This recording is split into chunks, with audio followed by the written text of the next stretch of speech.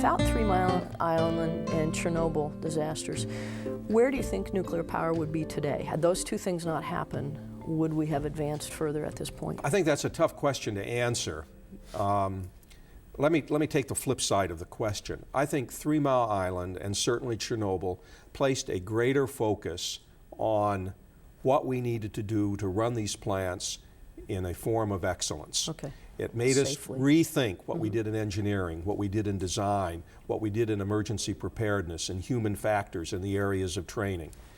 It is extremely sad that you have to have an event like 3 Mile Island, not unlike the space race and when we had in one of the early capsule fires that caused us to rethink. Right. It was a heady time before 3 Mile Island, and I think 3 Mile Island, as sad and difficult as it was for the industry, for the people in the Pennsylvania area, and for the nation as a whole, I think it brought the kind of excellence in operations that we have today comes out of that. It was a wake-up call. I think human nature is to take risks until we stumble. And there was nobody killed, Yeah. nobody hurt as a result of 3 Mile Island, but it was a very important part in the history of nuclear in the United States.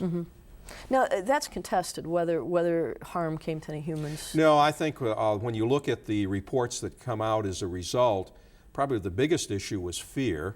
Secondly, how do we handle the issue of emergency planning? Okay. And the worst that came out of it certainly, I think, was the change in psyche in America at the time. Sure. And secondly, the destruction of a whole nuclear unit, not outside in the public, but we lost a brand new, relatively brand new nuclear power plant that was placed permanently out of commission. Okay, okay. Now, as a result of those disasters, the World Association of Nuclear Operators was formed, right? Correct? Two groups. After 3 Mile Island, the Institute of Nuclear Power Operations was formed here in the United States. And it was a consortium of every utility in the U.S. whose desire was two things. One, to share operating experience, and parenthetically I need to add, the issue that happened at 3 Mile Island that one evening happened at Davis-Besse a year or so earlier. But the Where's that? That's in Ohio. Okay. But there was no event. It was taken care of by the operators. All right. It had also happened in Switzerland. But at that time in the industry, And if they talked to each other? If we were talking, that information would have been known. Okay. And so as a result of 3 Mile Island, there was a huge emphasis on sharing operating experience, and number two, setting high standards of excellence for operations, which involved operators, procedures, training, and human factors. So I think when you take a look at where we are, I think 3 Mile Island played an important role, though it's sad that we have to go down that course. Sure, yeah. But in the end, the only damage was to the plant, and then what happened to the industry and the financial community after that. Now, you got involved with WANO, the World Association, Yes. and that's been a big part of your career work. How was that job for you? Well, it was an exciting time. The World Association of Nuclear Operators is a worldwide organization similar to what the Institute of Nuclear Power Operations is here in the United States.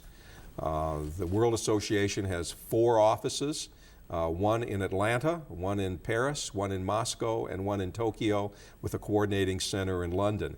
And every commercial nuclear power plant in the world, bar none, is a member.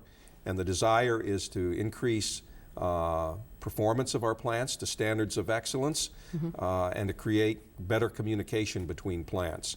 So we do plant evaluations around the world, both plant and corporate reviews. We share technical information, operating information, and do joint training. And what we've discovered over the years, as there is a global approach to reactor and nuclear safety, that I can talk to somebody in Bulgaria, in the Ukraine, in Russia, in Pakistan or India or Korea or Japan or here in the United States, and though our languages and culture may be different, the kind of culture we have for reactor safety and standards of excellence are virtually the same around the world now. That's great. See the full interview at www.calvin.edu/innercompass.